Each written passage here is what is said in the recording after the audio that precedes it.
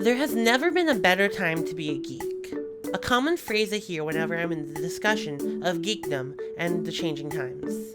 From the meteoric rise of tabletop gaming to Marvel's Avengers Endgame, grossing nearly $2.8 billion globally, to almost everyone, from young children to adults to grandparents, all either having games on their phones or PC battle stations with hundreds of titles in their library.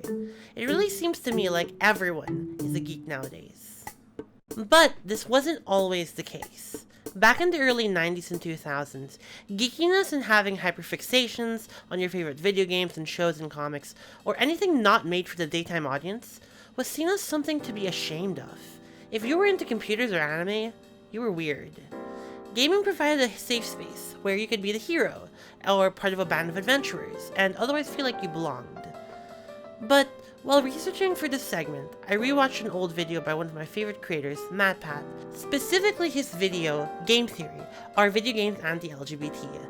In his video, while discussing the very famous Cloud cross-dressing scene from Final Fantasy VII, he also discovers a trend, a worrying trend, that video game characters who are cross-dressers or LGBT are often villains, mentally challenged, inhuman, or otherwise some other villainous combination.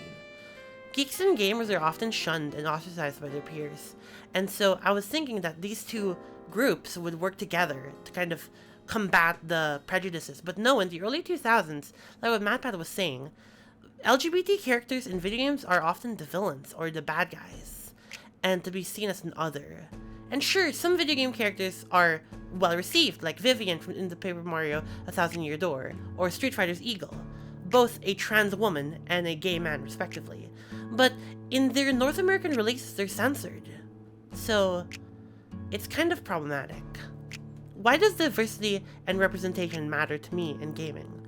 Like in all hobbies, we gravitate towards spaces where we feel like we're welcome, or where we feel safe. We want to spend our time with people who enjoy these things just like us. And despite games often being labeled as single player, I really feel like whenever we play games, we want to talk to each other about the things we're experiencing and share our experiences with our friends. And if a game depicts certain groups or certain people as villainous or otherwise not normal, that can seriously hurt and affect young people's perceptions of others and themselves. Think children and young people learning from these sources, whether it be their teachers, their parents, their peers, or the media.